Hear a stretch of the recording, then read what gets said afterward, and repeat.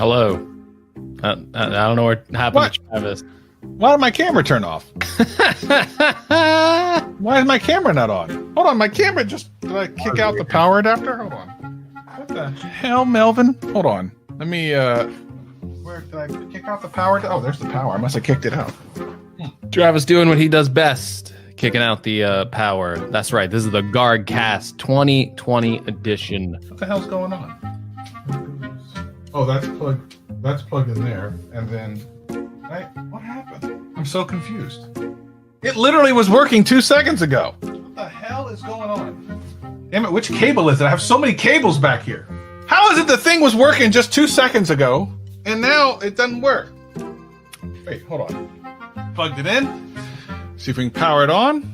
There we go. Okay. Now it's on. And oh!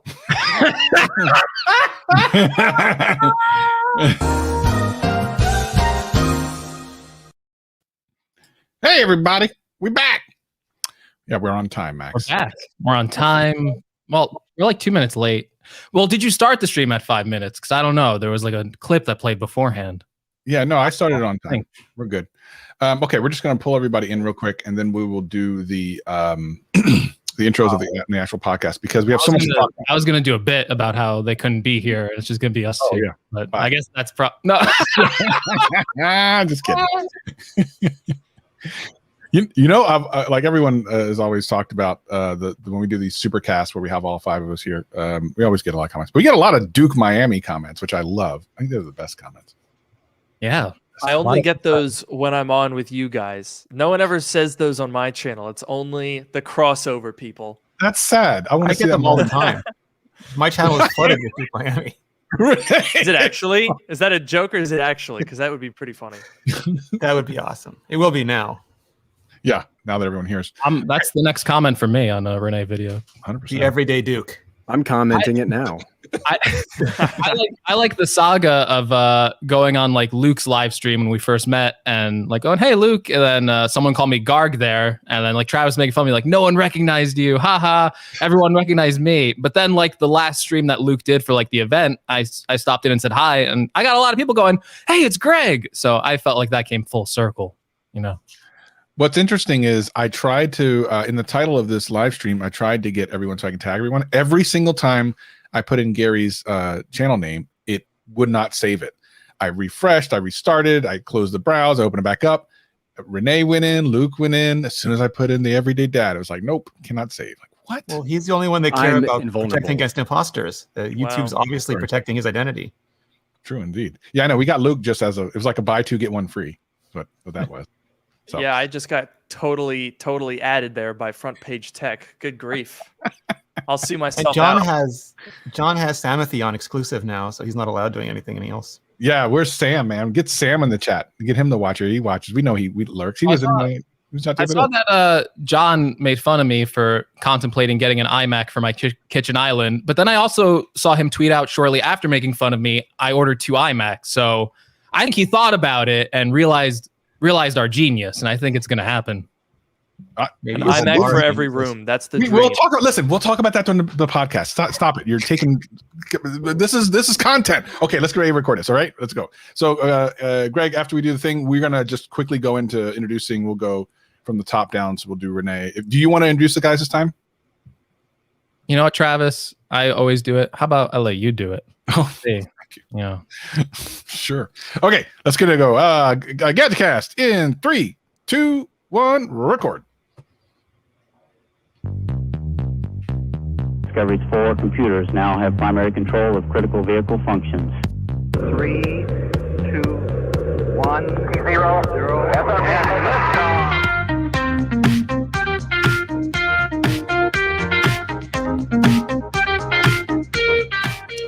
Hello, world, and welcome to the Gadgetcast, the podcast powered by the M1 chip.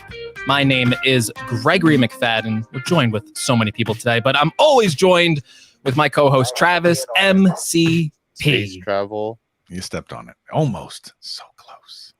I think I got it great. What a letdown. Yeah, so close.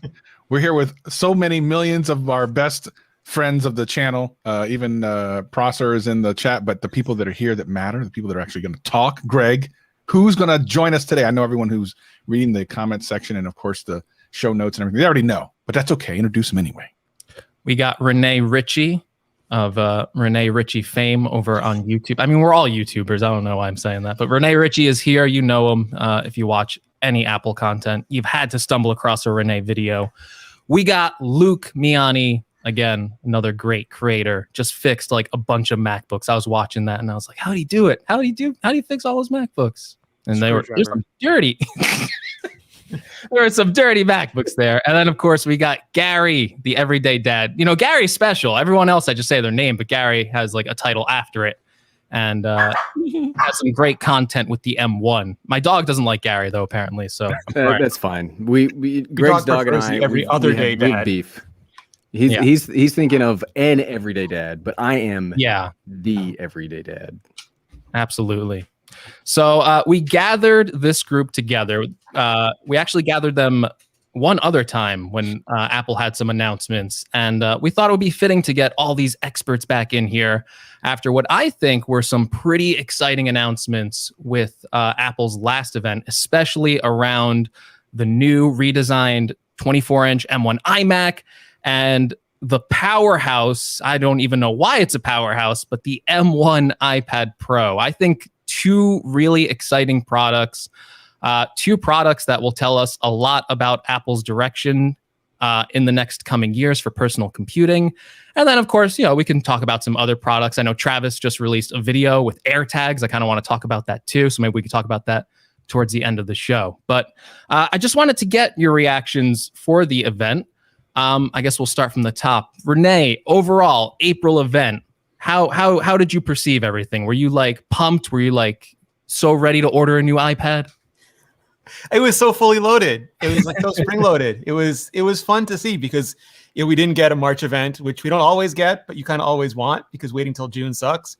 So they put out a bunch of stuff. It's always weird when you're covering it because you don't get to enjoy it like somebody just watching it. I imagine it's like if you're like a movie critic and you're watching a movie, the critic part of your brain never lets go and never lets you just enjoy it. So I had to go back and watch it the next day to actually see what had happened after I finished talking about it for a while. And it was fun. It was great. I like the colors. I like the pace. I think they're really settling into the Apple event show season 2.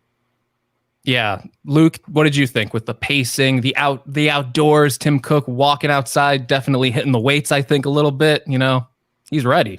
Yeah, Tim Cook looks like he's been out there since the last Apple event, just, getting it done. Curling no, honestly, it seems like I feel like their production value is just so ridiculously good. It's just like an excuse. Some guy in their production team got a new drone and they're like, okay, we need to use this all the time now. It was a really good drone and they don't want it to go to waste. No, but I thought it was really crazy how fast paced it was, because it was only a year ago, or I guess a little more than a year ago, when you'd get like the first 15 minutes would just be talking about how cool whatever they just did was. And then, I felt like everything was so drawn out and then, all the third parties that would come in and do demos. And those were always super boring, to be honest. Like I always showed up for the hardware and then, you'd sit through a game developer showing some game for 20 minutes or whatever. The pacing is like ridiculous. It's hard to believe that they put all of that into 1 hour, start to finish. It was very, very fast, hard to cover. They covered a lot in like 1 hour, and the pacing was like excellent to the point of where like when you have like the traditional keynote Apple events, there's always like a part of you, because it just drags on for so long after they go over like all these demos and stuff. There's always like a part of you is like, is there gonna be one more product? But like at these, there's almost like no questioning. It's like, okay, they hit this, they hit that, they hit this. They're gonna have room to fit in the iMac, obviously, because they're going at such a fast pace. So I kind of like these virtual events. What do you think, Gary? Are you more of a fan of the virtual events, or do you like the classic keynote? Well, I love these virtual events have been amazing. I would pay legit money to get like a behind the scenes DVD just of like how they did it. Cause their audio is always on point. The cinematography of it's cool, but I just like that he's outside and it sounds like he's in a legit recording booth. I would pay a non-insignificant amount of money to actually see a behind the scenes of how they do that all, because it blows my mind every event. I think they should give you the behind the scenes just for buying that Hermes AirTags thing that you got. I think that you should get a free copy of that with that. Yeah, I figured for how much that thing cost, somebody would show up to actually install it and set it all up for me, but nobody did. It just showed up in a box by itself. I am slightly embarrassed by that, by the way. It was. Hey, I'll probably end up giving it to my wife. And you know, the Hermes folks are like, why is this so cheap? Why is Apple selling these tags so cheap? We charge $2,000 for a tag in our store. Why are they devaluing our brand? I like it wasn't that. They charge $1,100 for a T-shirt. I did a quick check before I made my video. They $1,100 for T-shirt. That is not everyday dad way material more than the there. Apple ones. It's crazy or silly. But I guess if you have that much money, it's like no money at all to you. It's like candy money for us, right? Right. That's It's like, I've already got the I've got the Hermes handbag that cost me $5,000. I might as well have the $350 tag to track it. So when I jump in my $27,000 flight back to Abu Dhabi, you know, like I can have that on my luggage. Yeah. I've got mine on a $15 backpack, so it's working pretty well for me. The only question is if you can afford an Hermes AirTag, like is the hassle of like tracking down your lost item? I feel like you just go. Your assistant does that. Your assistant does that. Then you dock them for every hour it takes them to find it.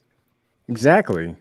I think the actual thing is that you're tracking the Hermes part. Like that's what you're actually tracking. That's the tag is for the actual Hermes thing. So that's what you're tracking. You don't put it on anything. That's like, I want to know where my Hermes is. I got to find out where it is. And people don't care about the thing they stole from you. They just want the tag. They throw the bag on the ground and just walk off with the tag. Like who even needs this Lenovo backpack? Yeah, one of those names is definitely more prestigious than the other. And you're using the prestigious one. You're using the prestigious one to track the boring one. That seems backwards. How many years until we see like where's the Hermes iMac? You know, I think we're overdue for that. Leather sure bezels. Everyone they've got bezels were too Apple far. Watch, all that stuff already has a $3,000 MacBook Hermes sleeve. line. Steve Jobs, I think, would approve of the leather iMac. I think that would be a big hit. He just wants the texture. Yeah, for the texture. We're bringing skeuomorphism back into the regular product line. But let's talk about this M1 iMac instead of Hermes. I think the people in the chat probably don't want to spend a whole show on Hermes, but maybe they do. I don't know. But Gary, this M1 iMac, I know you've gotten a lot into like these M1 products, and I've watched I think Gary does more like Windows content as opposed to someone like me, Renee. I know Luke does too, but Gary, I feel like you spend a lot more time with like those types of laptops and stuff like that. And I watch your reviews of like those laptops, and like pretty recently, there's been like this feeling ever since like the M1 MacBook Air came out, where I watch your videos and I kind of know how they're like going to end. And it's like, you can say all these great things about like a Windows laptop, but then you look at like the M1 chip in a MacBook Air and it's like, how do you beat that value? Now, this M1 iMac isn't a laptop. So how, we don't have these products. I don't think anyone has these products. Maybe Renee does, but how do you think this M1 chip transitions into a $1,300 desktop? I mean, I hope it does well. Obviously, I pre-ordered one just to give it a shot. But I mean, so far what we've seen from the M1 is it's very good value for dollars. So like the Mac Mini, you can buy for like $500 now refurbished. The MacBook Air, you can get refurbished for a fantastic deal. It's been the chip and they've been the products that have just blown away value for dollar. But seeing an iMac, I mean, the 24-inch iMac is probably going to follow a very similar sense where, hey, I want an all-in-one. Maybe it's a first computer. Like the reason I bought one, or at least besides just making YouTube content, is my wife's currently doing her master's. She's using a MacBook Pro 13 from dinosaur age because it still has ports. But I'll probably replace that because it is just such... And you're right. It is hard.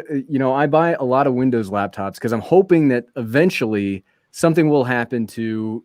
It's boring to just say, just go buy the MacBook Air. Just go to buy the MacBook Air. That's boring to say, but unfortunately, it's too good to not constantly say that. So iMac, I think it'll be fine. I'm excited to try it out. I think it'll probably be the best value all-in-one you can get because the M1's apparently made out of magic, and just is taking over the computer world. Yeah, until the M1X or M2 comes out, then we all lose our minds. Is it, the one thing about the M1, and I definitely want to hear everyone's thoughts on this. Renee first, because I don't care what Greg has to say. I want to know. That's a fair point. Exactly. Does anyone really care what Greg has? No, of course not. I want to know, this, we were all super excited when the M1 came out. And when we started to test it, and we realized that not only was Apple being very honest with the performance gains, we were finding that maybe they had undersold it to a certain degree. The immediate, I can't wait for the next one. I was surprised at how fast that sentiment came, and has been really strong ever since. There's all this, can't wait for the M1X. Well, we're still in the middle of this really incredible system on a chip that's doing amazing things. Do you think that's going to happen again when the M1X or M2 comes out? It almost seems too... we turned the corner so quick on that first one that I'm kind of worried about the second one. Is it always going to be that, do you think?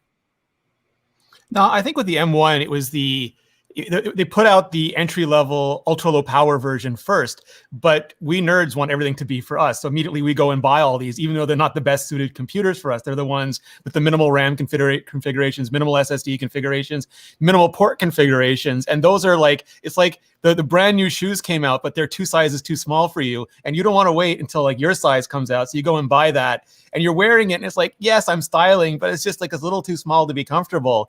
So you naturally want the one that's for you, the right fit. So for a lot of us, I want the one with 32 or 64 gigabytes of RAM, with 4 or 8 terabytes of SSD, with more than 2 or 4 ports, more than 2 ports. I want 4 ports. I want all those amenities that come with it. So I think for us, it's just need.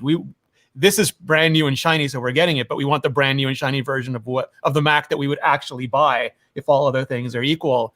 And then I think for M2, it's going to be different, because a lot of people, I think, are assuming M2 is going to be even better, where if Apple follows their previous pattern, the number is just going to mean the generation of silicon, and it'll get 20% faster, and for a CPU, 30% faster for graphics. It'll have better architecture, but it'll probably go in the ultra low power versions again. And then we'll be oh, it's a redesigned MacBook Air with an M2 and only 1 port. But I still want it.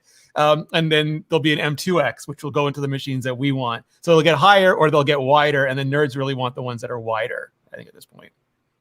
What about you, Lukey? I really think that the M1, I don't know, it was obviously a game changer, but this iMac release specifically has me just a little bit nervous, because what we've seen right now is Apple is putting the M1 in absolutely everything that they can. And that's great, because it's a fantastic performance per dollar. But that's the problem, per dollar. Once you start paying more and more money for an M1 chip, it's not as outstanding. So when you look at the M1 MacBook Air versus the previous MacBook Air, it's not even close. You look at the dual core i3 in last year's MacBook Air, you look at the M1 version, it's hilarious how bad of a comparison it is. However, once you crack into that desktop realm, and in that over $1,000, getting into $2,000 when you want to spec this thing up with the new iMac, it starts to get to a point where a $2,000 desktop should probably have more than 2 ports, should probably have more than 16 gigabytes of RAM. A 4.5K display is going to be a little bit tough to with the integrated graphics on the M1 chip. So I hope that this would be the furthest up the product stack that M1 goes, because anything higher than that, or more expensive than that, I should say, would be, I think, a downgrade. I can forgive 2 ports, 1 display, 16 gigs of RAM on a MacBook Air. And even on the $1,300, the $1,500 iMac, I think that is still a great package. But I personally, that's one of the reasons why I bought the base M1 stuff, is once you start speccing them out, you're getting into the point where if I'm spending $2,000, I want more than that, frankly. Like a 16-inch MacBook Pro, that is a product that if it were to have an M1 chip, which I don't think it will, but if Apple were to put an M1 chip in the 16-inch MacBook Pro, I would be furious and say that's not good enough. So I hope, I don't know what we're going to see with the 14-inch. That's the big thing that I've been working on for the last couple of days, is I think the 14-inch MacBook Pro is also going to have M1 And I think that's going to be pushing the limits of how much money is it acceptable to be shipping an iPad chip.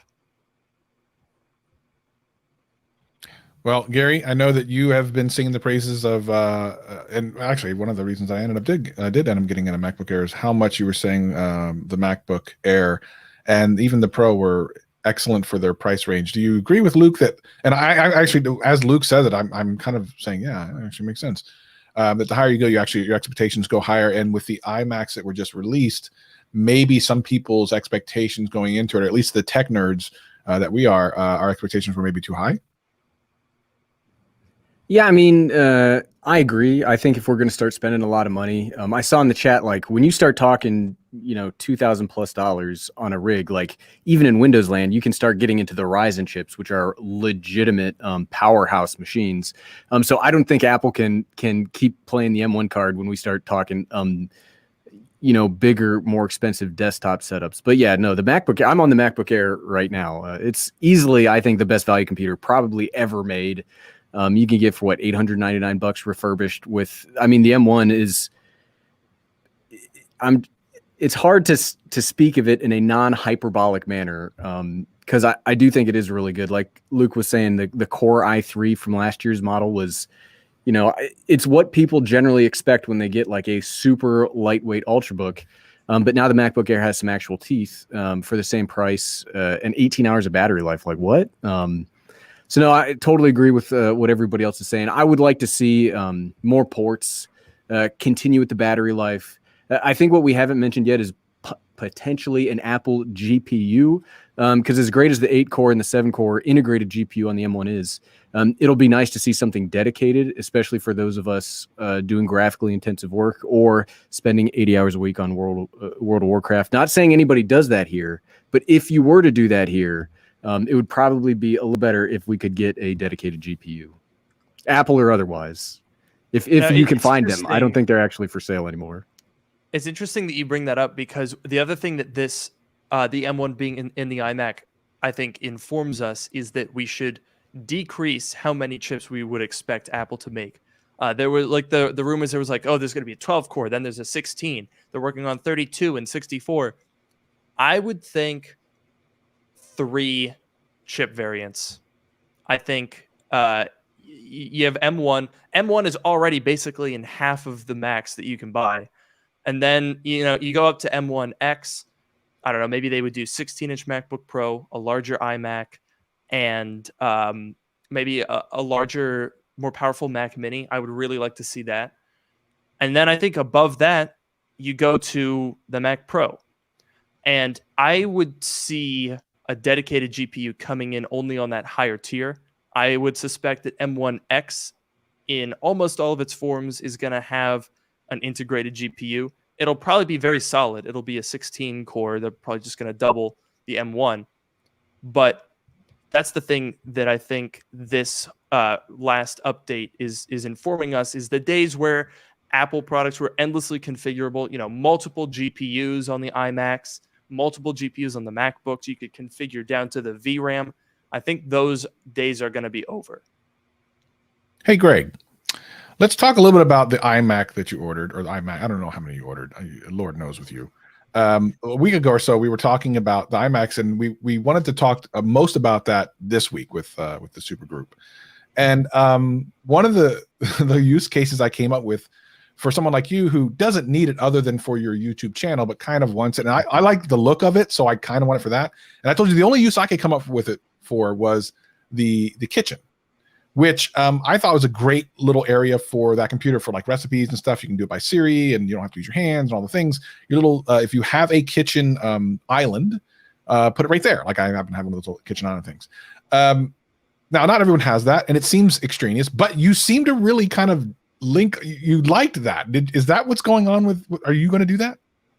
I might. Well, I think either way, I'm going to end up having one iMac that I keep because I really do like the design. It speaks to me. It's a computer I want to have in my collection for sure.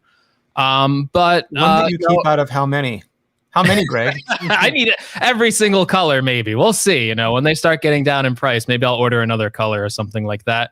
But it'll be the unboxing every color video. No, I'll leave that to Detroit Board. But Yeah, I think I might get 2 models. I got 2 models ordered right now. They're not shipping till mid-May, so I'm trying to decide what I want to do.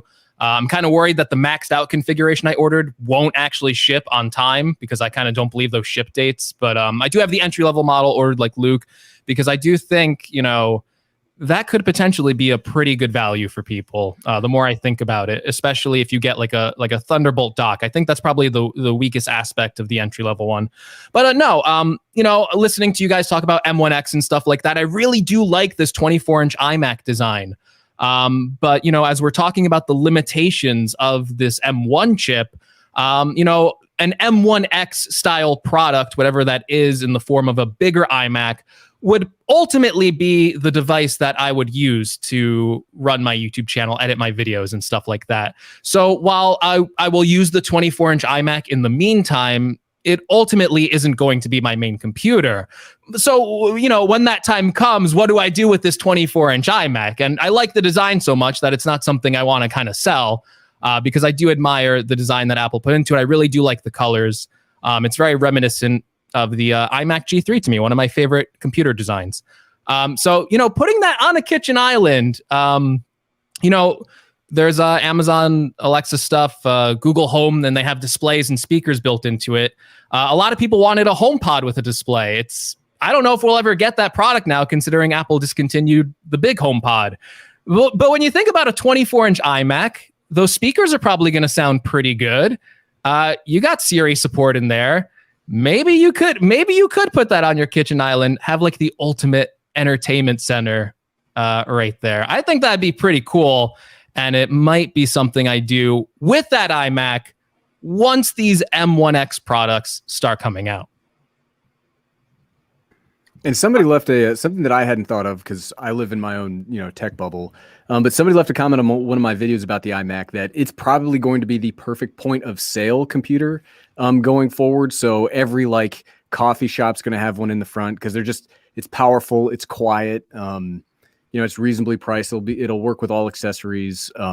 So that was just something that I hadn't thought of personally, but I imagine we're going to start seeing them a lot in businesses. Yeah, I don't know how much normal POS systems go for, but that's actually not too bad if you get the base level. It's certainly powerful enough to do it as long as you have the software for it. It just has no touchscreen. Womp womp. So you'll be stuck with your iPad. Good point, actually. Really good point. Wait, if you put that G4 iMac on an ARM and that had a touchscreen, wouldn't that be the ultimate point of sale thing? You spin it around and it's right there for you. That'd be great. Oh, see, products Apple will never make. Luke, you should make that product. You should just put a touchscreen in a G4. I do wonder. I mean, I don't know about that, but I do wonder how difficult it would be to put a Mac Mini in the base of one of those. Can't D-Brand just make a touchscreen sticker? You sticker the D-Brand on it and it's a touchscreen. Can't they just fix this for us? Well, Luke, you already made the first M1 iMac. We should note that, So that's true. I'll tell you, I wasn't expecting to make an iMac that had the exact same configuration as the iMac that I would later buy. That was not expected. That was pretty dope. That was forward looking. I mean, you know what? It's official. No, going back to the M1X stuff though, I really do think I had the same thoughts of Luke. They are really kind of pushing what the M1 can do. And I really do like the M1. It's fast at a lot of things. And even just looking at a Geekbench score, it doesn't tell the whole story. M1, encoding certain formats video, it's super fast. I love it. I think it's a good fit for this iMac, but it is pushing that upper limit, especially when you are maxing out these configurations. Investing that much money into an M1 iMac, if you're a pro, maybe it's not the smartest move I'm doing. But I also think for a consumer level machine, iMac with M1, especially because it's going to run quiet. It's going to run really well. It does well with video and stuff like that. But for consumer needs and stuff like that, I think it's a perfect fit. But it's been in the Mac Mini, but this is really kind of the first desktop class computer that the M1 has been in. And when we're looking at laptops and stuff like that, the M1 has so many advantages with battery life, with thermals and stuff like that really aren't apparent you really don't need it as much in a desktop. You know, you're not really like, oh, look how much energy I'm saving with my desktop. It's so great. Like, it's like, no, I just want like the most power possible. This thing isn't running on battery. So even if Apple put like an M1 into a 14-inch MacBook Pro, well, I think a lot of us would be disappointed because I think we, you know, especially if they're charging the prices they're charging now for it, I think we expect a lot more power out of that device. It also would bring all the benefits that the current M1 MacBook Pro has. So it would be better at certain things. It would have better battery life. It would be better thermally designed. It wouldn't scorch your lap when you're exporting video and stuff like that. But M1X, I think it needs. What would you expect though, Greg? So like, I think some people hear M1X and they expect it's going to be more powerful, and it won't. Like it'll be the same cores, the same Ice Storm cores, the same Firestorm cores, the same graphics cores. It'll just have more of them, and not everybody has multi-core dependent workflows. So if it's just an M1 that has 2 more Thunderbolt controllers grafted onto the package, you know, I can't say I'd be like ecstatic at that, because maybe I do want to do really cool scientific workloads. I'm not saying that I do, but maybe in my mind I want to. But just if they fix the sort of Pro equals ports problem, I think a lot of people would be happy. Yeah, no, looking at this iMac too, it's becoming apparent that the biggest limitation of M1 right now is what they have going on with the port situation here. I mean, you got a full desktop computer and it has 4 USB-C ports on the back. Like, it really is like, okay, like, you know, it works now. It's probably a better product than what you had before, because a lot of those other 21-inch iMacs are pretty anemic, especially on the lower end. But yeah, when you're looking at like 4 USB-C ports, it's kind of like a joke. It's like, really? Apple made this big desktop computer, they're putting 4 ports on it. But in terms of like performance and stuff, you know, single core performance on M1 is like industry leading. Like, it's great. I don't think anyone's going, oh, I want higher single core. But if you throw 4 more high performance cores into that machine, obviously your multi-threaded workloads are going to be higher for the people that need it. But going back to what Luke was saying, and Gary, I really think one of their biggest hurdles and what I want to see them tackle is GPU workloads. I know this M1X is rumored to have like a 16-core GPU, but even then, is that enough to outclass dedicated graphics cards that some of these 300-watt NVIDIA cards? Yeah. So, you know, Macs don't do gaming, which is probably what people use, you know, graphics cards the most for. But there's still industries, there's still workloads that really rely on a good, solid GPU. So I do want to know what Apple's strategy is for that long term. What do you think? I wouldn't expect that Apple does have. I mean, so here's the thing. Apple has never been about the GPU game. They, like, if you realistically, like, I have an iMac Pro that retailed for $10,000 when it was new in 2018. For the record, I didn't pay the full amount for it. I got it used. But that thing has a Vega 64. That's not a $10,000 computer graphics card. That, even when it was new, a Vega 64 was not like the craziest thing out there. Apple has just never really been GPU oriented. So I don't necessarily see that changing. It sucks because like I would absolutely love to see some crazy good GPUs. I would also love to see Apple expand. You know, they've got Apple Arcade. They clearly have some interest in gaming, but right now it's confined to mobile. And I think that they could, if they wanted to, make that more of a focus. But I think, I don't know, the thing that I always go back to with Apple is whatever category they're targeting, they try to target as broad a version of that category as possible. Even with something as arguably niche as the Mac Pro, it's still designed to appeal to as many people as humanly possible. And that means that you avoid some of the niche people. And then that's why the nerds get upset almost every time Apple announces something, because they're not necessarily being catered to. And I just don't see GPUs as something that Apple wants to cater to when they would rather, especially in a laptop, focus on efficiency. Gary, generally speaking, I've been dealing with a lot of laptops lately. Although you have done the occasional desktop computer video, you've mainly lately been doing a lot of laptop stuff, and of course some iPad stuff. What about the kind of rumored things about the M2 or whatever the heck it's going to be excites you from a desktop's perspective more so than laptop? Because I think we know what it means for laptops. We just expect that to be for the bigger size like MacBook Pros. But like an actual iMac Pro or a MacBook, like what are you excited about? I don't know. That's tough because, like I said, I use a Mac Mini. An M1 Mac Mini is my primary computer now, and frankly, it does everything I could. Like I spent the last 2 years leasing an iMac Pro because the channel was so small. I couldn't outright buy one, so I did a business lease, had one here, paid monthly, and it was fantastic. It was great. But this Mac Mini does everything faster, better, quieter, in every way than that iMac Pro did. So I can't really imagine. I mean, yeah, everything could get, a little bit faster, a little bit, maybe a little bit better. And I'll buy, whatever they come out with just to, stay relevant and keep up with, because you always I think you should invest in your tools. And if they come out with a better hammer, I will get the better hammer. But specific things that I'm excited about, like the Mac Mini is my perfect computer. It's got all the ports I need. It's got HDMI. It's got the Thunderbolt.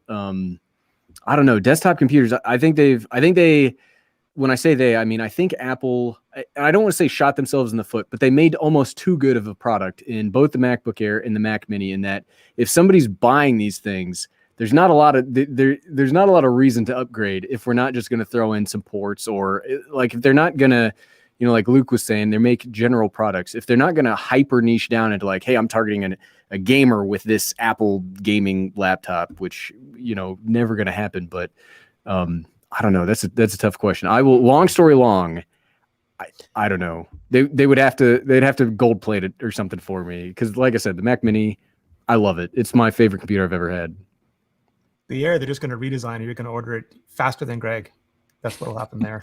Oh, I will order it faster and I'll make the video faster than Greg. He challenged me the other day. Who won that one, Greg? Oh, you don't challenge. Although Travis might put up a video before the event next time if he keeps going in the direction. Well, I can't compete with Travis. He sees into the future. Getting closer every year. I'm just a human. Yeah. So speaking of, if we might roll back to this, but I want to make sure we talk about this next subject right now, because I'm not sure how deep we're going to get into this. It could get very complicated. So let's start from the top. I released a video today about the AirTags. So there's a lot of videos out right now about AirTags that are kind of, at least the ones that originally came out before when the embargo was lifted. I assume, Renee, how long did you have like AirTags before you were able to do the video? It was like just a couple of days, or? I mean, how long should I have had them, or how long did FedEx get them? How long did you actually have them? Yeah, 2 days, 3 days, something like that. They were late though. Oh, so they would have been there, what, like another couple days before? Yeah, it would have been a day before. But like a day when FedEx is late is like an eternity. Totally. So you would have had about 3 or so days with it, and for something that you need to get out by a certain time because the embargo is going to lift, and you want to be out there when everyone else is throwing it out. For the most part, we saw uses of the AirTags that I think Apple really intended them to be used for, which is kind of the way they sold it. I decided to try something a little different. Now, there are a couple of people that have done similar-ish videos. I think Sarah Dici did a similar-ish video to what I did, except for I went slightly deeper. So for those of you who didn't see it, what I did was I went. I apologize. Sorry. I got them the morning of the embargo. Oh my God, to race to make the video. Yeah, FedEx was that late. I just double-checked. I got it the morning of the embargo and then had to race to get a video up 12 hours after Marquez. So that was my story. I know at that point, it's almost Apple loves waiting till the last second. I'm not saying that I've been under NDA and owned the product that I couldn't talk about, like had it in my hand, but that has happened. I could only wish. I've never been blessed by any sort of acknowledgement from Apple Inc. Can we talk about that for a second? I'll get back to my story in a second. That kind of blows me away. You and Sam from iUpdate. I'm kind of for you have the repair, which there's people think that Apple doesn't like to write repair, so maybe that has something to do with it. iUpdate, Sam, I have no idea what that's all about. Why do you think that Apple hasn't quite warmed up to you yet, Luke? Matter of fact, in a video not too long ago, you said that you heard that Apple had watched one of your videos, was unhappy about something you said in a video. Yeah, so I mean, I think that you're right with the repair stuff. I've been critical of their new things, and I've advocated going for old things. And they don't get money from the old things; they get money from the new things. So I think that's pretty simple. Although it does surprise me that I don't even get like the invites for the virtual events. Like, did everyone here get those invites? Because I've not had any sort of recognition in any official capacity from Apple outside of like when I go into the Genius Bar. Sometimes people recognize me. For whatever reason, I think Apple does not like me. Although, as you mentioned, Travis, so I heard from a leaker that Apple was that at least to some degree, people in Apple were not pleased when I bought the base model iMac before the M1, the 2017 dual-core i5 iMac that ships in 2021 with macOS Catalina pre-installed on it, and comes with a 1080p display. And you can still buy it, by the way. It has not yet been discontinued. Apparently, they did not like that I think it was mainly just that I was drawing attention to it. And they didn't, it was kind of an embarrassing thing for them to have on sale. I don't know if that's true or not. That's just what I was told by a leaker. And it's kind of funny because they're still selling it after they announced the M1 thing. So I don't know, but apparently they didn't like that. Well, so they have Obviously, obviously. it took me 11 years to get an iPhone review unit, though. Like, and that was me showing up at events and waiting to sort of like outside in case somebody else canceled. Like, it was an incredible amount of expense and effort to start getting that kind of stuff. So I wouldn't like. Yeah, I wouldn't expect them to send me products at all. And I I legit have no idea why they talked to me. Yeah, they I just have came no out of idea. nowhere like, "Hey, we like this very guys." They just sent me an email one day, and I was like, so legit. The first time I had an Apple email, I thought it was fake because everybody gets those emails of, "Hey, you should work with us. We're from X company." But I reached out to a bigger YouTuber that I trust their opinion on. I was like, "Hey, have you heard of this person?" I'm like, "Yeah, I've heard of that person." I was like, "Why would they want to talk?" I don't know. I have no idea. Did they send you embargoed products or something in the past, or is it just like a invite type of thing? A couple of both. Oh wow. They like to send out like invites for like little like mini events. Like, hey, here's how you could use this piece of software that we're excited about, or you get to just have a chat with their product teams or stuff like that. I have, they've sent me stuff in the past, but I'm like I feel like I'm in like the middle. I'm not I obviously I didn't get AirTags or the purple iPhone, but because the way that Apple has their like each team has a PR team. It's not like a Apple PR. Maybe it exists. I've never talked to them, but it's like each individual product line has a PR team that they coordinate their things with. Super friendly people. Some of the friendliest people that I've ever had the pleasure to work with. Some brands, they're like, yeah, whatever, YouTuber. Here's, you're lucky I'm emailing you. But the Apple folks have always been great, and I've very much enjoyed working with them. All right, so back to the AirTags thing. So I saw a couple of videos, and I actually on Gadgetcast a couple of weeks ago. I think Greg and I talked about the idea of stalking someone with AirTags during an episode.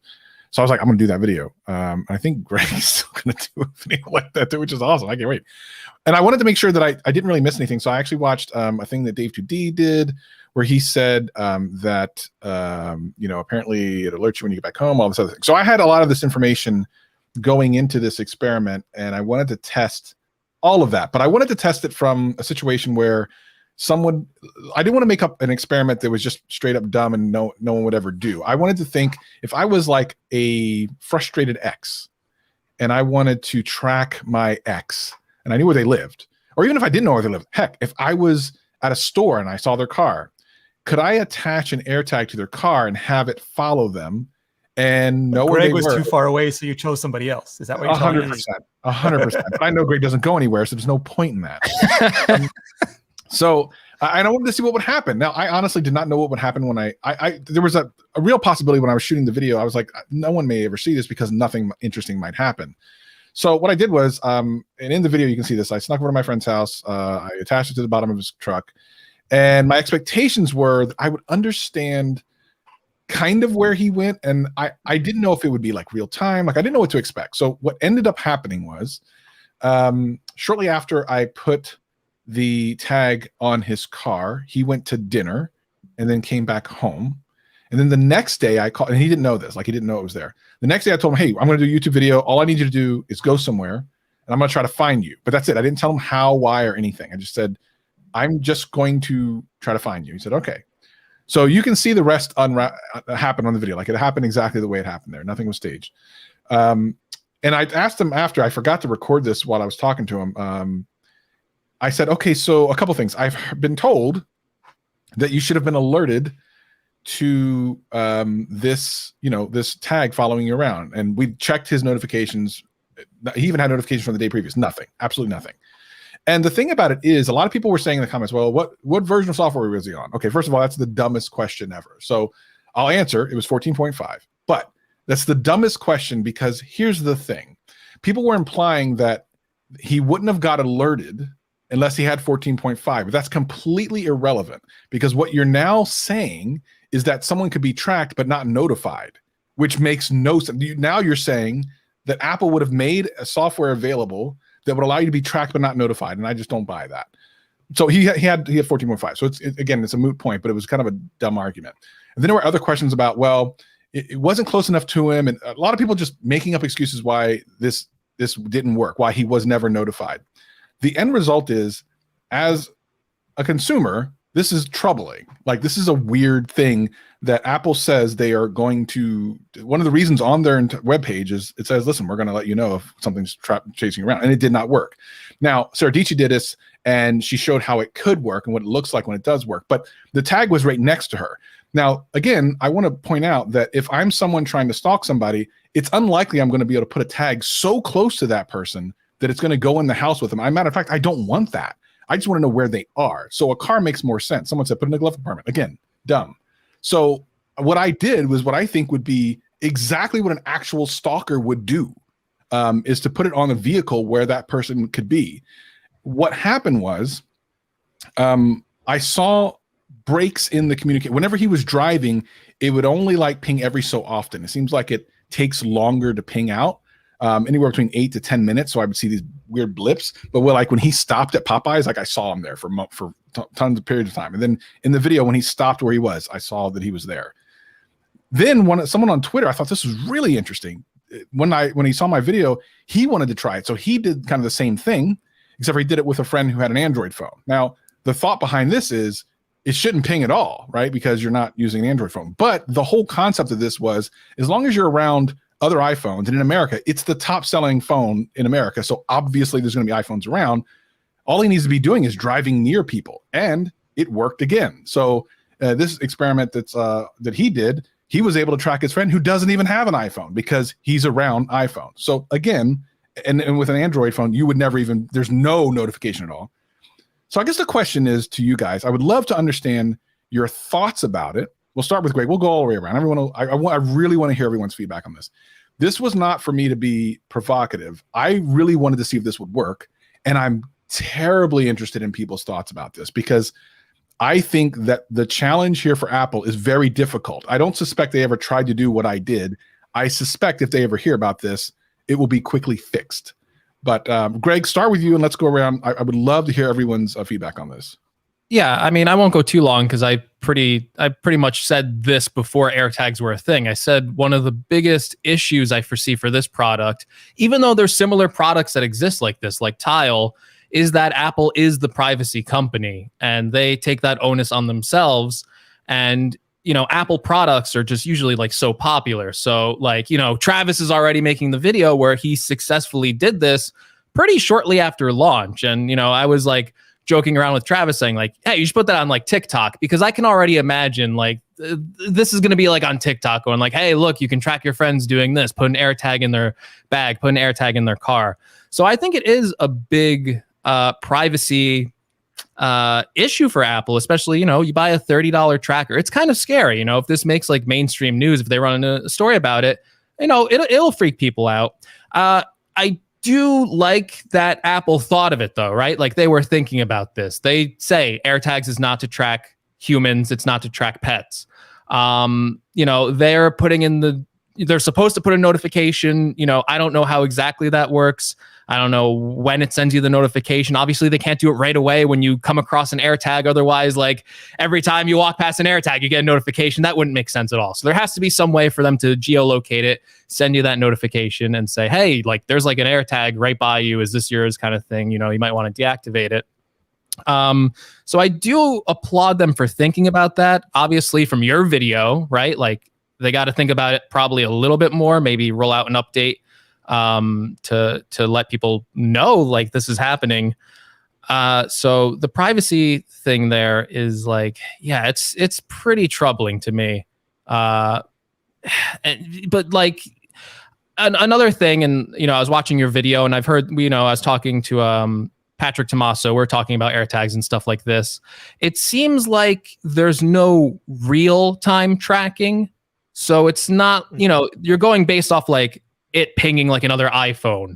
So, you know, when your friend's like driving in the car and stuff like that, he has to stop at each location. If this was like a real-time tracker, which I think you can buy, I don't know, I'm not looking into that, but like it's not tracking in real time. So maybe that's like enough of a public safety measure of where it's like, well, what are you going to do? Put this AirTag on there and like, you know where they live. It's like, well, you could have followed them with your car. So realistically, is that really the biggest privacy thing in the world? But if this was like real time tracking, like you could follow someone like from their car, drive to wherever they're going, I think that would be on a whole other level. All right, Renee, let's hear it. Man, I hate going after Greg because he just says everything, and then I have to struggle to figure out what other pithy comments I can insert. I say it in dumb ways, though, so you got it, Renee. No, not at all. I think it's a really tough problem to solve. Like, you know, you could decide just not to make AirTags, but there are like the Samsung smart tags and the Tiles, which don't have any, as far as I know, any privacy mitigations on them. And you know, people for a long time have been throwing cheap phones in the back of people's cars and using those to every dumb TV show shows you how to do that real early on. So this is a balance, and we already saw when Apple announced the mitigations or people started reporting on them, people who wanted to use them to hunt down thieves, like the Batman, got really angry because they figured that the thieves would just take the things out, throw them away like a Mark Rober glitter bomb, and you'd never be able to get your stuff back. Gary would lose his Hermes tag real quick that way. So it's and the other thing I thought was interesting is that Apple said they're going to be adjusting how all this works when they see a bunch of people using it, because they've done internal testing, but that's never equals 1 million people hitting it for QA in the real world. So a lot of the things aren't hardwired into the tags, they're server side and can be adjusted. But I still think there's problems that they just won't be able to solve. Like if Travis puts it in a truck that happens to have a material that's non-conducive to Bluetooth, maybe that's why he's getting spotty reception. But the person in the car is getting no reception just because of the stuff that they have to go through in the car. Or if it puts it on someone in a bus, or puts it in like a trailer that's in the back of their car. Like there's all these sorts of real world conditions that I don't think they'll ever be able to account for. And then it's just a matter like, is something better than nothing? And for me, I had Tiles. I never used them much. I honestly don't know how much I'm going to use an AirTag. But I think it's neat that the product exists. And I hope they just keep, like they'll get videos like Travis's.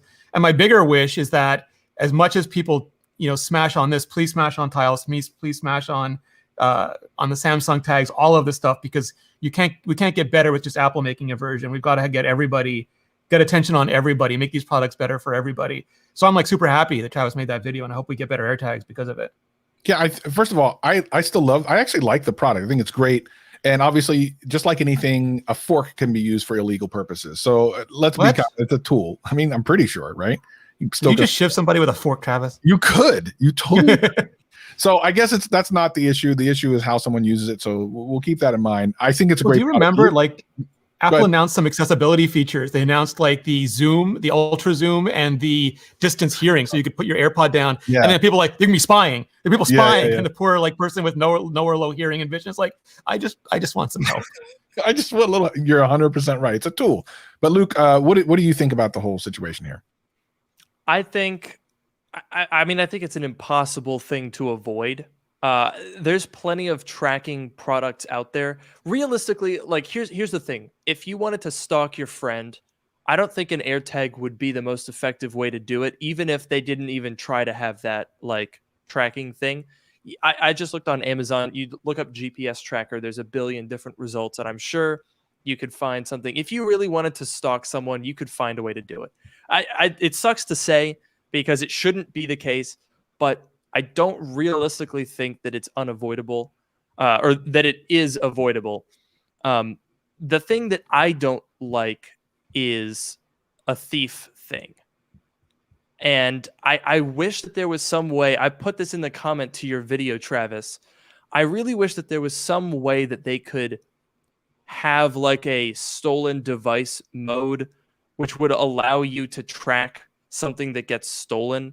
And I understand that that would directly defeat the anti-getting tracked function.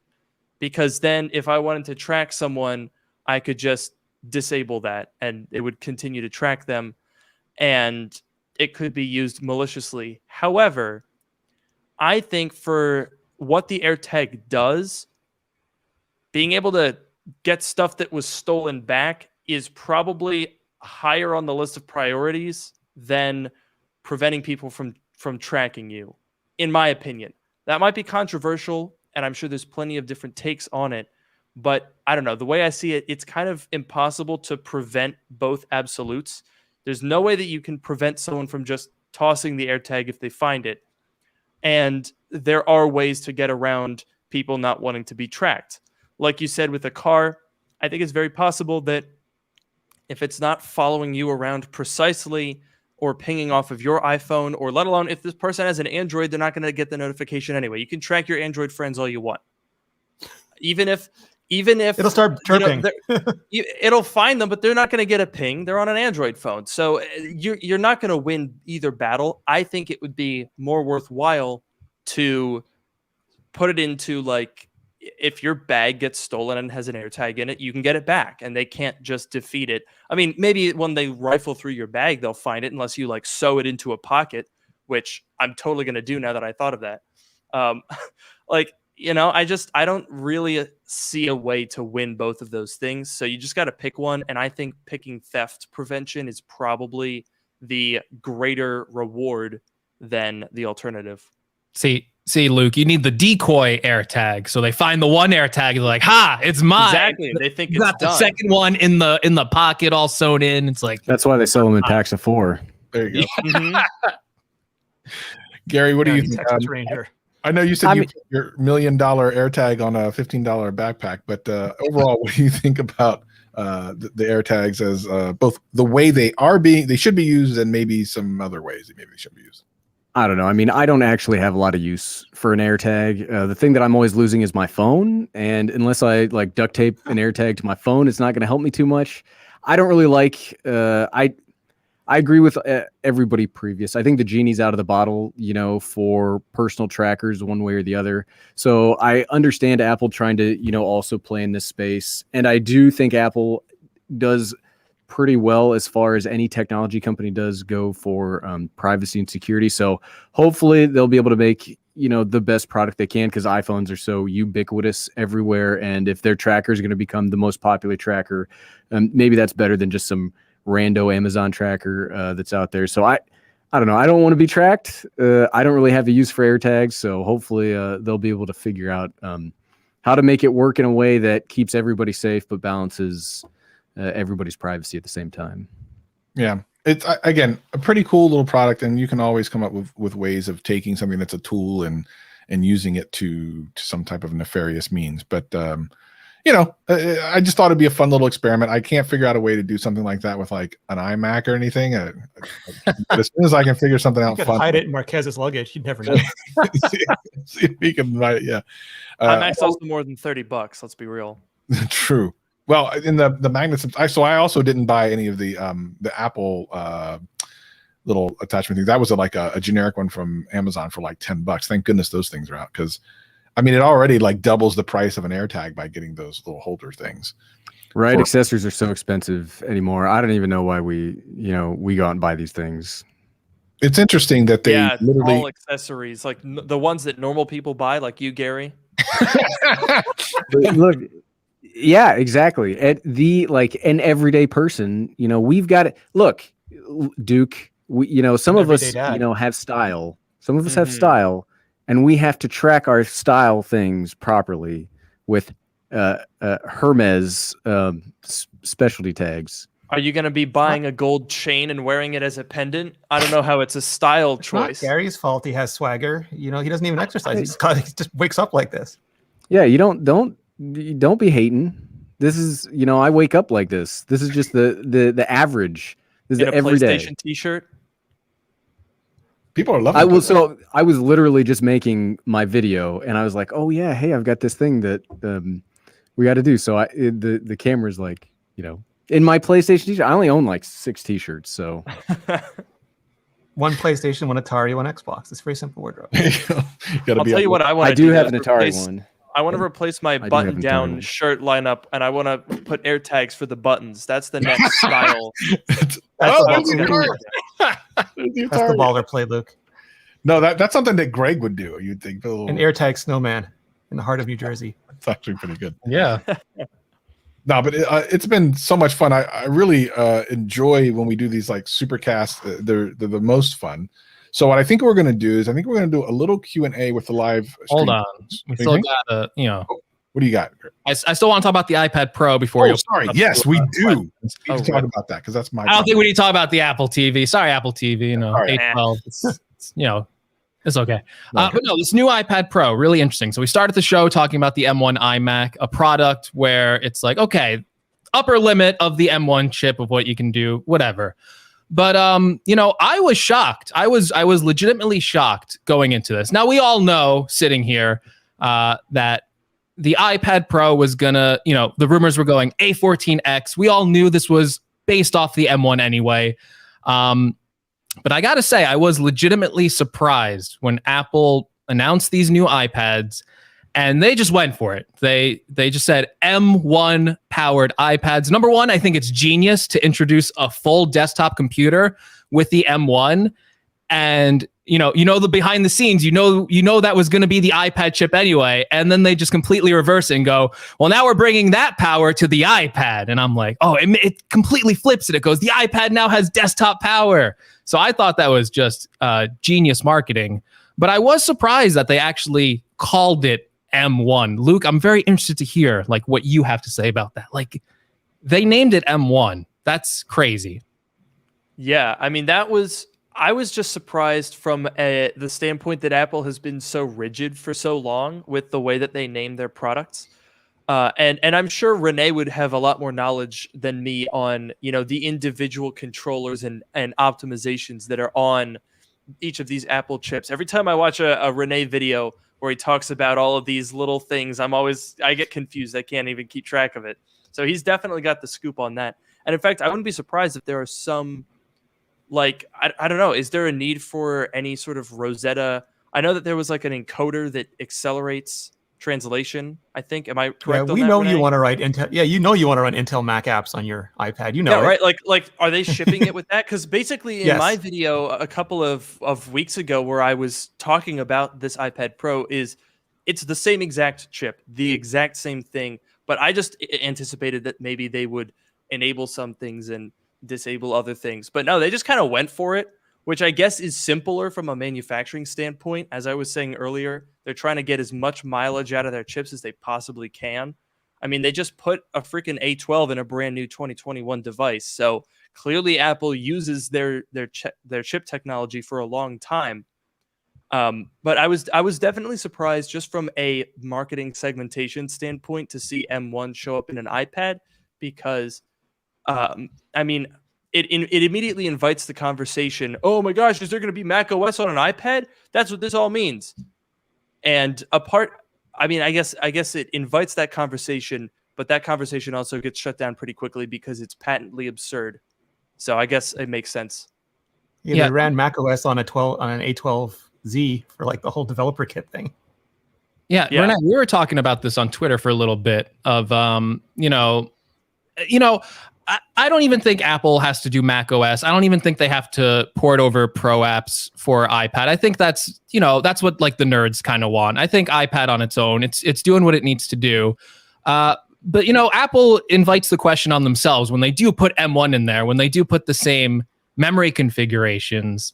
like what is the real difference between an iPad and a MacBook Air at this point? Could Apple, maybe not run Mac OS, but maybe they could get some of their software on it. Maybe they can get other M1 optimized Mac apps for iPad. Well, in a Mac, iOS still doesn't swap. Like in very, very, very, very specific cases, it'll swap, but almost always it just jetsams anything that doesn't behave properly when it's in the background. So you can have a lot of live memory. It'll be great, but I don't know how you're going to get memory pressure on 16 gigabytes on an iPad in typical daily use. You'd have to be doing something pretty outstanding at that point. Yeah, and that was the basis of the video I did a couple of weeks ago, where I talked about why are they putting 16 gigs on an iPad? And I think a lot of people immediately thought I was saying Mac OS. I was not. I was talking about more professional level apps because it's the only thing that makes sense.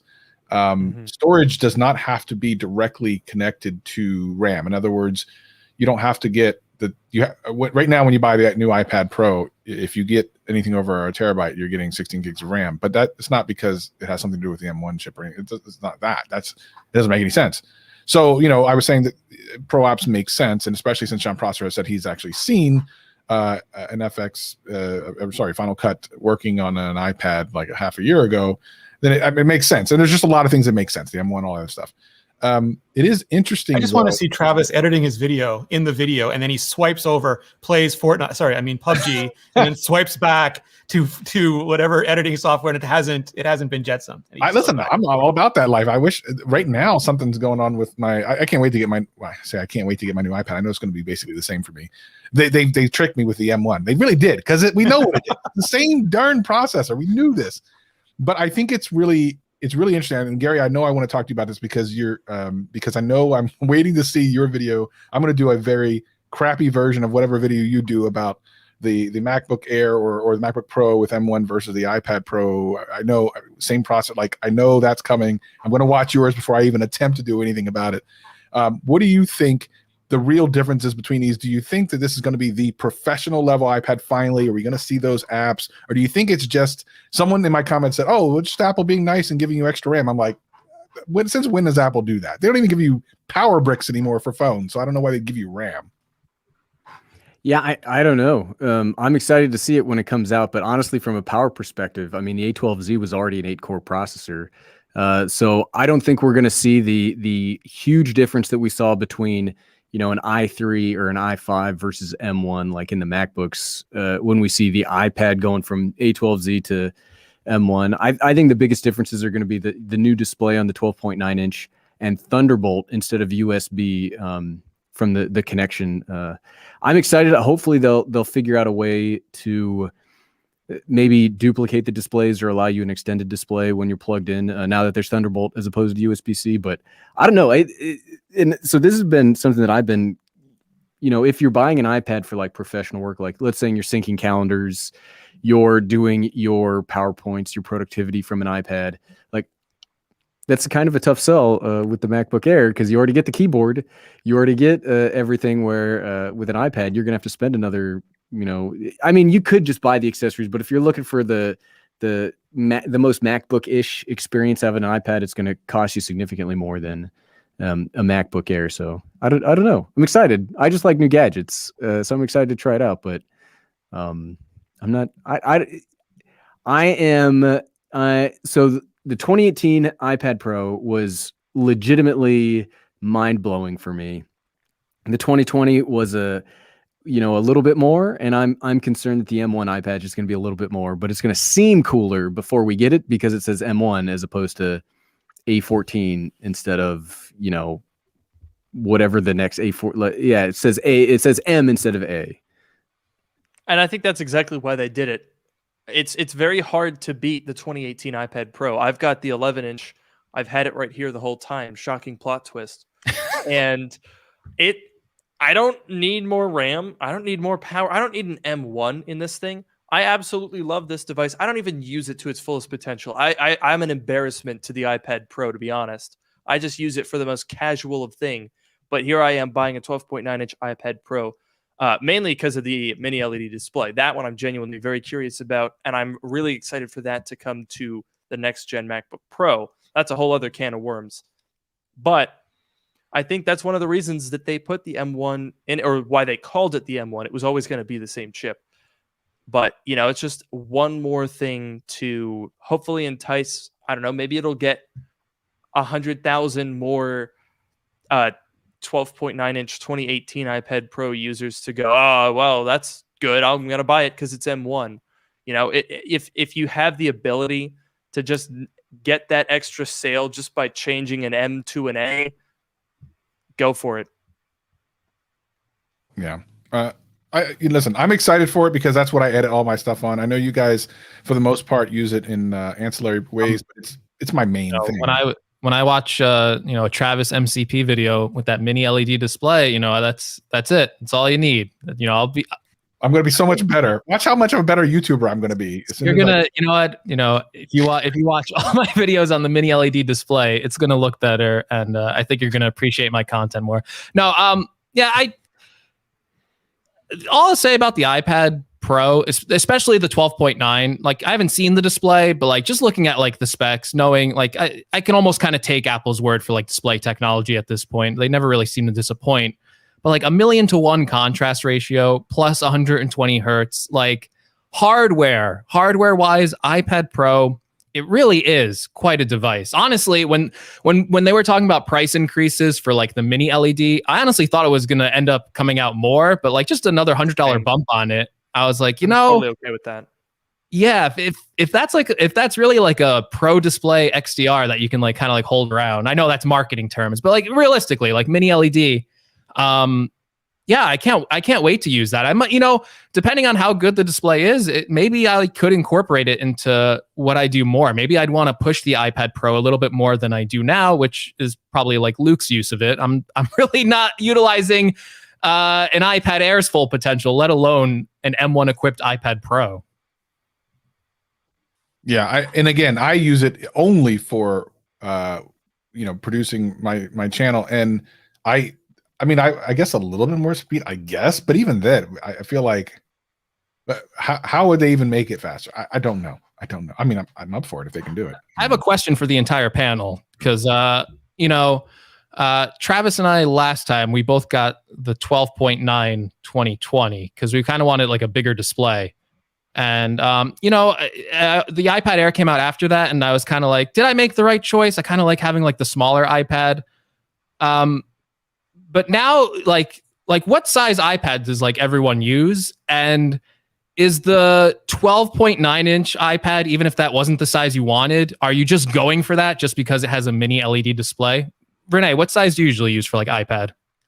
Oh, max. Like I get the biggest size I could. If Apple made a bigger one, I get that too. So I've had the 12.9-inch since they launched it in 2015, and I would go 14, 16-inch. I mean, throw display size at me all the time, please. So you're looking at the 24-inch iMac, and you're like, if they put a battery on the back of that, I just rip that thing off, and I'm good to go. I mean, I know designers who want 120-inch iPads to put on their drafting table. Oh yeah. Big as possible. Yeah. So okay, so you're already going for mini LED.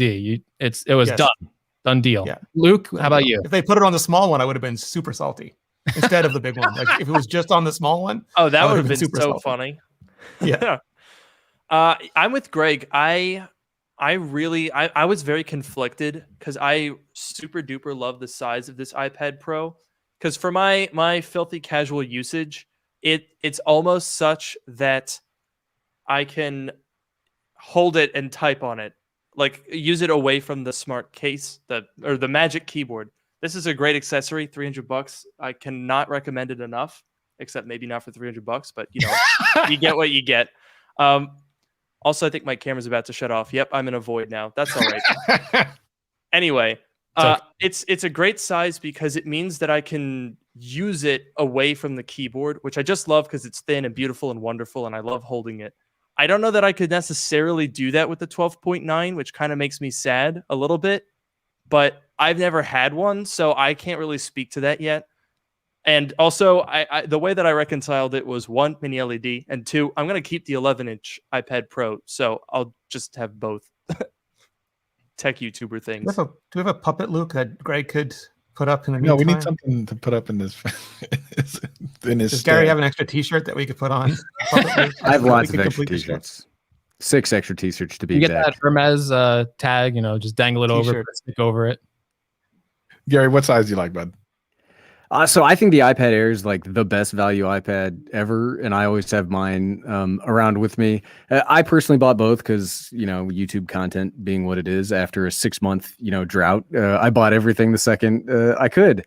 But no, I like the smaller size just because I use them when I don't have a MacBook with me. I like using it to. I like the touchscreen for calendars. So my day involves typing emails, writing white papers, syncing calendars across organizations. So I like using the iPad for that because it's a bigger screen than my phone. It's not as big as a hassle as my normal Dell laptop that I use on a daily basis. So I like the smaller size. I got the bigger one because it has the new display. I would have been salty. Well, I am salty because it's only on the bigger one. I wish it would have only been on the 11-inch version. That was a gauntlet thrown. Give us both. No, I think they were afraid of making the entry level price too high. It's like $100. Yeah, it's like $100 surcharge. I think they would have made the entry level price of the iPad Pro unpalatable. Like an $899 11-inch iPad Pro, I think would have blown their price curves. Well, we have gone over a little bit. I know that the people listening in the audio podcast are probably enjoying this longer version of the podcast live stream. We're going to do a quick Q&A here at the end. We don't want to disrespect the time of our of the guys that come. We definitely appreciate them so much. When we do the Supercast, people really like them. They tend to be our most downloaded episodes, so I'm super happy about that. If you need to watch any of these gentlemen's YouTube channels, if you're listening on audio, the links will be in the show notes as long as Greg doesn't forget. They're already in the links of the live stream, so I've already done my work. Let's see if Greg, the professional ball I never leave out a link. Come on. Okay, just saying. Look at this guy. Just saying. And definitely make sure you drop a comment next time you see one of their videos. Tell them you heard them on GadgetCast and let them know that they need to come back because we love them so much. So many people watching live. We appreciate you greatly. For those of you watching live, we're going to do a little Q&A. For those of you listening on the audio podcast, thank you so much. Please leave us an Apple Podcast review. It helps us very much. And we love you very much. So I guess for Greg and Renee and Luke and Gary, I'm Travis. We'll see you next week. Peace.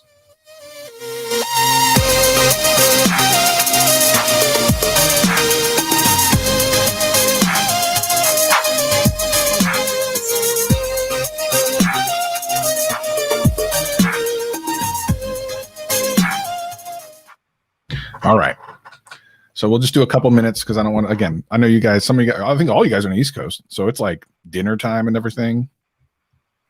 So I don't want to keep. It's almost podcast time again for me. I know you do another in like a couple minutes, right? I go live at 8:45, so I've got about an hour and a half. Oh, okay. Well, you got a little time. Yeah. Okay, let's real quick. People in the chat, if you have questions, let's real quick get them up. We're not going to stay here forever, but I do want to give you guys an opportunity to ask questions of some of the best tech YouTubers on the internets. So I'll answer the first most important question. Yes, if you have Amazon Prime, you should go watch Invincible. Oh, I've heard good things about that. Okay, everyone, whoever wants to answer this can answer first. What are your hopes for the true next-gen Apple TVs as far as gaming goes? And do you think it'll compete with the main console? Whoever wants to answer it's fine. No, I mean, they don't have a GPU for it. The GPU that's even in an A14X or M1, the GPU is not comparable to what they're putting in an Xbox or PlayStation these days. So Apple could make it. Apple could make dedicated hardware, but we haven't seen it yet. I'm positive Renee's already answered this question. So that's my video tomorrow. I have a whole video on it tomorrow because I have gotten like 100 comments on it in the last. Good. It was funny because when Apple put M1 in the Mac, they're like, when are we getting Apple Silicon in the iPad? Like you've had it since 2010. So that was the whole point. Yeah. Exactly. I think this one's for Gary. You're gonna get some Hermes AirTag earrings. Well, if they come out with Hermes AirPods, I will definitely get one. The benefit of having the video not do all that great is I'm now not trapped into having to buy this every single time. I was nervous that if it did well, then I would now be stuck as being that guy. So I do not have to be that guy going forward. Until Hermes goes, well, you're the only person that did a review on these. We need you to do more reviews on our product. No, Unbox Therapy did it like the exact moment mine went live. They did one that went live. I know that because everybody commented on my video about it. You took it from Unbox Therapy. Luke, this is for you. What design do you think the new 30-inch iMac will have? I don't know. I'm not sure the chin is gonna be gone on the 30-inch iMac. The more I think about it, the more I think about the way Apple operates, I think they're kind of making the chin an iconic thing rather than a necessary thing, which is what it used to be. So I wouldn't necessarily expect the chin to go away. I don't know. Maybe it gets smaller. One idea that I was throwing around, maybe I won't throw it around too much, but right now with the current iMac, the chin is where the whole computer part is. With the next one, I don't think that's going to be the case because it's going to be a little beefier, probably a little thicker, hopefully mini LED, fingers crossed.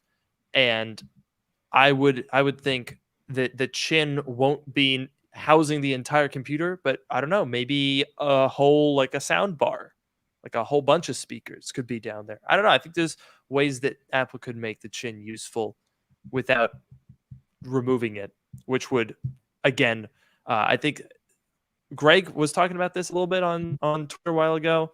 You know, if you take off the chin, you just end up with rectangle. It's not distinctive. It's not iconic. Yeah. Where do you go from there?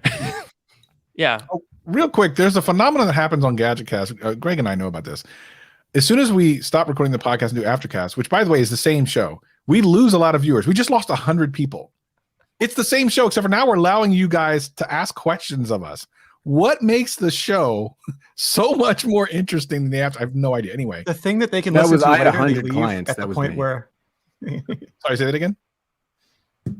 What'd you say, Renee? I was go saying ahead, like the point where there's an actual record that they could go back and listen to is the point that they leave after listening. Yeah, to it doesn't make any sense. What'd you say, Gary? No, I was just saying I had 100 clients open, and I decided to close them after the actual podcast. Well, we Let's call appreciate it Chrome tabs. All right, Greg, here's your first question. Do you think, and I love the iPad mini, so say the right answer. What does anyone think? I don't know. I really don't know. There was rumors that there's going to be a new one, and then the rumors towards this event were like, oh, it's going to look the same as the old one. To be honest with you, I didn't think we'd get the last iPad mini. I thought it was gone. Like I thought they were just not going to have it anymore. So personally, I don't think it would exist in 2 years. I'd love to be proven wrong. I like the product. I just don't know what volume it sells in. And if Apple does keep it around, I would like to see it get the iPad Pro treatment personally. I don't want to kind of see like these old safe designs of like, oh, we got all these parts laying around. You want to throw an A14 in there? Like, I get it. But at the same time, maybe not everyone would buy a $500 iPad Pro mini, but I probably would. I mean, What about a realistically, Hermes case. there you go. It's kind of interesting when you mention the iPad mini because the iPad mini, ironically enough, was what set the design trend that the iPad mini is still using. That was because the iPad mini came out in 2012 and the regular iPad at that point looked like the second generation. And the iPad mini was the new design. And then the iPad Air adopted that design.